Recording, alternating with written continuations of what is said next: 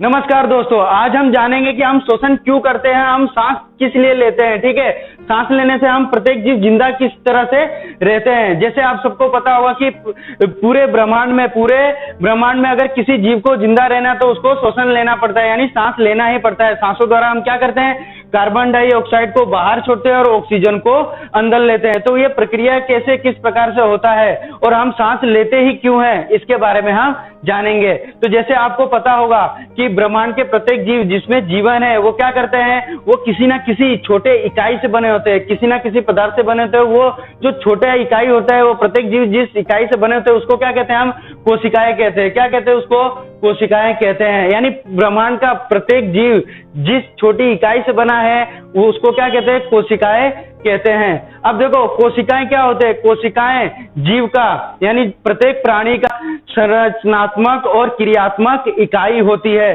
तो संरचनात्मक का मतलब क्या होता है कि उसकी संरचना जिस प्रकार से बनी हुई है वो क्या है, कोशिकाओं से बनी है उसकी संरचना। ठीक है, और क्रियात्मक यानी हमको कोई भी कार्य करने के लिए कोशिकाओं की आवश्यकता होती है, यानी कोशिकाओं द्वारा ही हम कोई भी कार्य कर सकते हैं। तो जैसे आपको पता होगा कि हमारा पूरा शरीर किससे बना है, कोशिकाओं से बना है। उसमें 60 से लेकर 90 ट्रिलियन, याद रखना दोस्तों, 60 से लेकर 90 ट्रिलियन कोशिकाओं से हमारा पूरा शरीर बना हुआ होता है। और हमको कोई भी कार्य करने के लिए ऊर्जा की आवश्यकता होती है। ऊर्जा हमसे कहाँ से मिलती है, ऊर्जा हमको भोजन से मिलता है। जो भी भोजन हम ग्रहण करते हैं उसमें क्या होता है, कार्बोहाइड्रेट, प्रोटीन, विटामिन, वसा, ये सारी चीजें होती है। तो जब हम भोजन को ग्रहण कर रहे होते हैं तो क्या होता है, भोजन पेट में जाने के बाद वो क्या हो जाता है, पचना स्टार्ट हो जाता है। और लेकिन उसको पचने के लिए उसमें जो ऊर्जा होती है, प्रोटीन, विटामिन, मिनरल्स या कार्बोहाइड्रेट, वो जो भी होता है हमारे शरीर को पास ऊर्जा वो प्राप्त करने के लिए हमको क्या करना पड़ता है, सांस लेना पड़ता है। जैसे हम सांस ले रहे हैं, ठीक है, हम क्या कर रहे हैं, सांस ले रहे हैं। सांसों द्वारा ऑक्सीजन हमारे शरीर के अंदर गया, फेफड़ों में गया। फेफड़ों में क्या होता है, रक्त वाहिनियां होती है,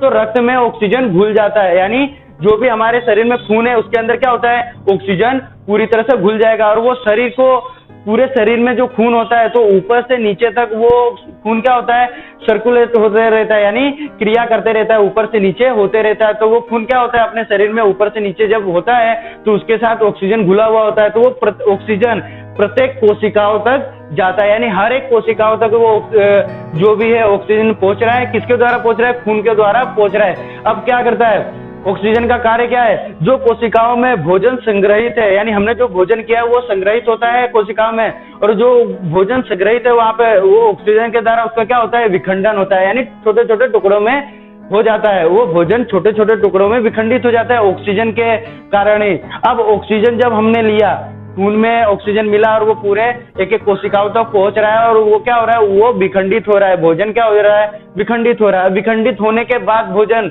में से ऊर्जा मुक्त होती है। क्या मुक्त होती है, ऊर्जा, कार्बन डाइऑक्साइड और जल। तो आपको जैसे पता है कि कार्बन डाइऑक्साइड जब मुक्त होगी तो हम सांसों को जब छोड़ते हैं, उस श्वसन करते हैं तो कार्बन डाइऑक्साइड वापस से बाहर निकाल देते हैं। लेकिन जब ऊर्जा मुक्त हो रही है तो वो ऊर्जा अपने शरीर को लगता है, हमको कोई भी काम करने में सहायता करता है, यानी कोई भी हम काम करते हैं तो उसके लिए हमको ऊर्जा मिल रहे होते हैं। ठीक है, तो इस प्रकार से हम जीवित रहने के लिए ऑक्सीजन की आवश्यकता होती है। ऑक्सीजन हमारे भोजन को क्या करता है, पचाता है और हमें ऊर्जा प्रदान करता है कोई भी काम करने में।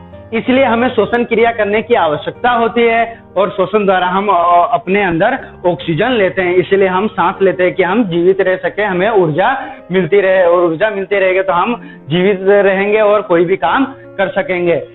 ओके, तो अगर आपको ये वीडियो अच्छा लगा और समझ में आया हो तो लाइक करो, शेयर करो और कमेंट करो।